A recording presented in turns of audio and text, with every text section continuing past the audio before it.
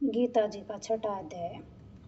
श्री भगवान जी बोले कि हे अर्जुन, जिसकी कर्म फल में आसक्ति नहीं और कर्मों को करता है वह सन्यासी और योगी है, और जिसने हवन आदि लौकिक कर्म छोड़ दिए हैं वह योगी नहीं है।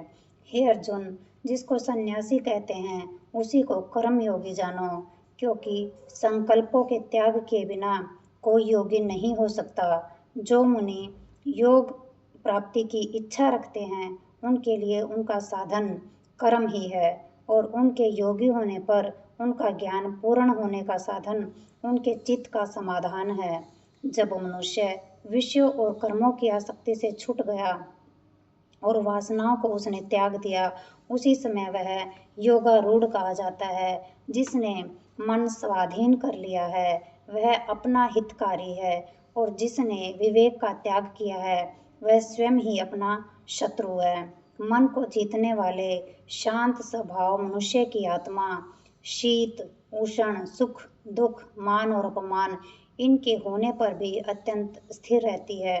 जिसने ज्ञान विज्ञान से अंतःकरण को तृप्त कर लिया है, जो निर्विकार हो गया है, और जिसने अपनी इंद्रियों को वश में कर लिया है, जो मिट्टी पत्थर और सोने को एक सा समझता है, वह योगी कहलाता है। सुहृदय मित्र शत्रु उदासीन द्वेषी मध्यस्थ द्वेष करने योग्य बंधु वर्ग साधु और पापी, इन सब में जो समान दृष्टि रखता है वही श्रेष्ठ है।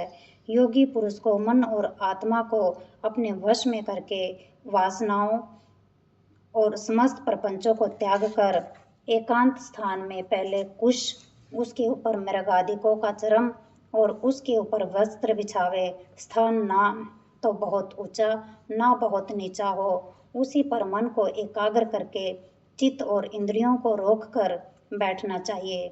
आत्म शुद्धि के लिए योग करना चाहिए। शरीर मस्तक और गर्दन को सम करके अचल होकर स्थिर होवे, और अपनी नाक के अग्रभाग को देखता हुआ सभी दिशाओं से अपनी दृष्टि हटाए रहे। भय रहित होकर शांत चित्त से सुब्रह्मचर्य व्रत का पालन करो। मन को रोक कर मुझ में ही लीन हो, मन को योग में लगावे। इस प्रकार मन को वश में करने वाले योगी को निरंतर योगाभ्यास करते रहने से मुझ में रहने वाली और अंत में निर्वाण पद अर्थात मेरे स्वरूप में लीन करने वाली शांति प्राप्त होती है। हे अर्जुन, जो अधिक भोजन खाता है या अनेक दिन उपवास करता है, जो बहुत सोता या जागता रहता है, उसको योग प्राप्त नहीं होता। जो उपयुक्त आहार और विहार करता है तथा कर्मों का योग रीति से पालन करता है तथा जो यथा समय सोता और जागता है, योग ऐसे पुरुष का दुख मिटा देता है। तब संयम को प्राप्त हुआ चित्त अपने आत्मा में ही स्थिर हो जाता है और सभी कामनाओं से निर्वृत्त हो जाता है। तभी योगी मोक्ष पद पा जाता है। जिस प्रकार वायु रहित स्थान पर रखा हुआ दीपक चलायमान नहीं होता, उसी प्रकार अपने चित्त को निश्चल रखकर उसका संयम योगी करता है और अंतःकरण की समाधि लगाता है। जिस जिस अवस्था में योगाभ्यास के कारण चित्त का वेग रुक कर विषयों से पृथक होने लगता है, और जब शुद्ध अंतःकरण से आत्मा को ही देखकर आत्मा में ही संतुष्ट होता है, जिस अवस्था में वह अत्यंत सुख जो इंद्रियों द्वारा जाना नहीं जा सकता वरन केवल बुद्धि से जाना जाता है, उसका अनुभव करता है। और जब वह योगी आत्म स्वरूप में स्थित हो उससे विचलित नहीं होता, जिस अवस्था को पाकर फिर और कोई बड़ा भारी दुख उसे वहां से चलायमान नहीं कर सकता, इस अवस्था को दुख संयोग और वियोग कारक योग नामक जानना हो, सो योग निर्विकल्प चित्त से निश्चय करके ही करना चाहिए। संकल्प से उत्पन्न होने वाली समस्त कामनाओं को त्याग कर और मन में सकल इंद्रियों को चारों ओर से रोककर धैर्य के साथ बुद्धि को अपने अधीन कर धीरे धीरे विषयों से दूर हटे, और भली भांति मन को आत्मा में स्थिर करके किसी पदार्थ की चिंता ना करे। वह चंचल और अस्थिर मन जिधर जिधर जाए उधर उधर से इसको हटाकर आत्मा के वश में करना चाहिए। इस प्रकार शांत चित्त तथा रजोगुण से रहित निष्पाप तथा ब्रह्म स्वरूप योगी को उत्तम सुख प्राप्त होता है। इस रीति से निरंतर योगाभ्यास करने वाला योगी समस्त पापों से छूटकर सहज ही उस परम सुख को पा लेता है जो ब्रह्म के संयोग से प्राप्त होता है। जिसका मन योग में स्थिर हो गया है उसकी दृष्टि भी सर्वत्र समान हो जाती है। वह सभी प्राणियों में अपने को और अपने में सभी प्राणियों को देखता है। जो सब में मुझको और मुझ में सबको देखता है उससे मैं अलग नहीं हूँ और मुझसे वह अलग नहीं है। जो अभेद भाव से रहता है वह सभी प्राणियों में स्थिर हो मेरा मनन करता है। वह योगी चाहे जिस अवस्था में रहे मुझसे मिलता है। हे अर्जुन, जो सब प्राणियों के सुख दुख को अपने सुख दुख के समान समझता है और सबको समभाव से देखता है वही श्रेष्ठ योगी है। अर्जुन ने कहा कि हे मधुसूदन, आपने जो यह योग सिखाया कि सबको अपने समान देखे, सो मन के चंचल होने के कारण उसकी दृढ़ स्थिति अपने में नहीं देखता हूँ। हे कृष्ण, मन बड़ा ही हठी, पराक्रमी और दृढ़ है। इसको अधीन रखना तो मुझे वायु को बांध कर रखने के समान प्रतीत होता है। श्री कृष्ण भगवान ने कहा कि हे महाभाव, इसमें संदेह नहीं कि मन अति चंचल है और इसे वश में करना बड़ा ही कठिन है। फिर भी हे अर्जुन, अभ्यास और वैराग्य से अधीन कर लिया जा सकता है। जिसका मन वश में नहीं उसको योग अत्यंत दुर्लभ है। ऐसा मत है, परंतु मन को वश में करने वाले प्रयत्न करते रहने से उपाय द्वारा इस योग को प्राप्त कर सकते हैं। अर्जुन ने कहा, हे श्री कृष्ण, जिसमें श्रद्धा तो है पर जो योग प्राप्त करने में सफल नहीं हुआ है और जिसका चित्त योग से विचलित हो गया है वह योग सिद्धि नहीं पाने से किस गति को जा सकता है। हे महाभाव, जिसका पहला आश्रय भी गया और ब्रह्म प्राप्ति भी नहीं हुई वह दोनों ओर से भ्रष्ट होकर विच्छिन्न मेघ के समान नष्ट तो नहीं हो जाता। हे श्री कृष्ण, मेरा यह संदेह आपको ही दूर करना पड़ेगा। इसको दूर करने वाला आपके अतिरिक्त अन्य कोई नहीं है। श्री भगवान बोले, हे तात पार्थ, उसका यहाँ नाश नहीं होगा और परलोक में भी नहीं होगा, क्योंकि उत्तम कार्य करने वाला मनुष्य बहुत बहुत दिनों तक पुण्यवानों को प्राप्त होने वाले लोकों में वास करता है और वहां से फिर किसी पवित्र और धनवान के घर में आकर जन्मता है, अथवा वह बुद्धिमान योगियों के ही कुल में जन्म पाता है। इस प्रकार का जन्म पाना भी इस लोक में बड़ा दुर्लभ है। बड़े श्रम और यत्न से जो योगा अभ्यास करता है वह पापों से शुद्ध होकर अनेक जन्मों में प्रसन्न परिश्रम करके सफल होता है और परम गति को पाता है। बड़े बड़े तपस्वियों से योगी श्रेष्ठ है, ज्ञानियों से भी योगी श्रेष्ठ है। इसलिए हे अर्जुन, तुम योगी बनो। केवल मुझ में ही मन लगाकर मेरी प्राप्ति के लिए जो मेरा भजन करता है उसको समस्त योगियों के मध्य मैंने अत्यंत श्रेष्ठ माना है। इति श्रीमद्भगवद्गीता सुपनिषत्सु ब्रह्म विद्या योग शास्त्रे श्री कृष्ण अर्जुन संवादे आत्म संयम योगो नाम छठा अध्याय समाप्त। गीता जी की जय हो। छठे अध्याय का महात्म्य। श्री भगवान जी बोले कि हे लक्ष्मी जी, छठे अध्याय का महात्म्य सुनो। गोदावरी नदी के तट पर एक नगर था।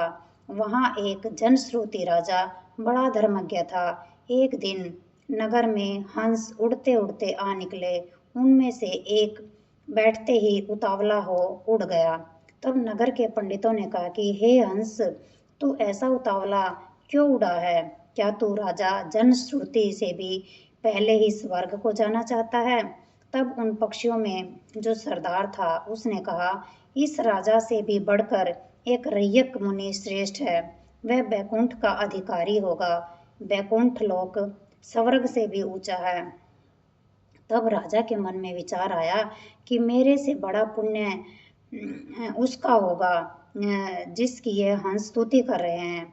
यह विचार करके राजा ने कहा कि चलकर उसके दर्शन करने चाहिए। राजा ने सारथी से रथ मंगवाकर उस पर बैठ प्रथम बनारस श्री काशी जी में जाकर गंगा स्नान कर ब्राह्मणों को दान दिया और शिवजी महाराज के दर्शन किए। फिर लोगों से पूछा, यहाँ कोई रैयक मुनि रहते हैं? लोगों ने कहा नहीं। फिर राजा ने उत्तर दिशा में जाकर बद्री नारायण को परसा, वहां से राजा का रथ चले नहीं। तब राजा ने कहा, मैंने पृथ्वी की परिक्रमा करी है, परंतु किसी स्थान पर रथ नहीं अटका है। यहाँ ऐसा कौन पुण्यात्मा है जिसके तेज से मेरा रथ नहीं चलता? तब राजा रथ से उतरकर आगे चला तो देखा कि पर्वत की कंदरा में मुनि बैठा है, जिसके तेज से बहुत प्रकाश हो रहा है, जैसे सूर्य की किरण होती है। तब राजा ने देखते ही कहा, यह रैयक मुनि होंगे। राजा ने दंडवत कर चरण वंदना करी और हाथ जोड़ करके स्तुति करी। तब रैयक मुनि ने राजा का आदर किया और कहा कि हे पृथ्वीराज, तू चारों धामों का परसनहारा, धर्म का साधनहारा, तू पुण्यात्मा है। तब राजा ने मुनि से कहा कि आपका तेज ऐसा किसके बल से है?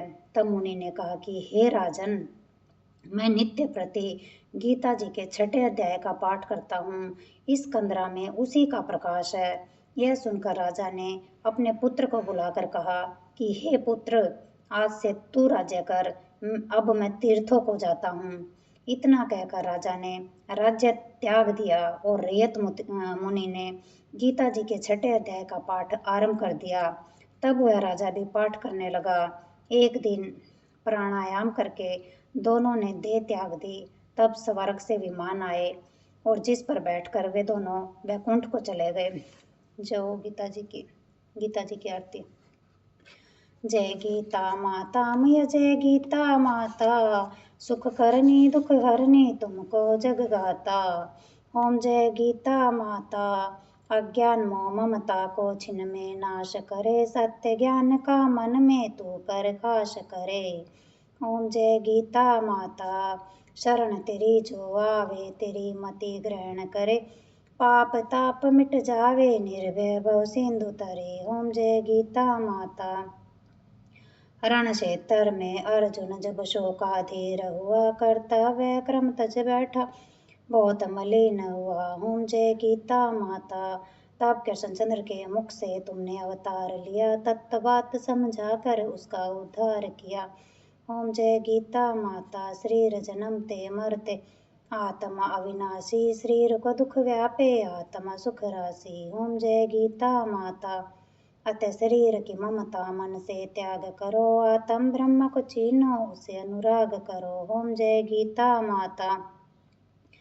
निष्काम कर्म नित्य करके जग का उपकार करो, फल वांछा को त्यागो, सद्व्यवहार करो।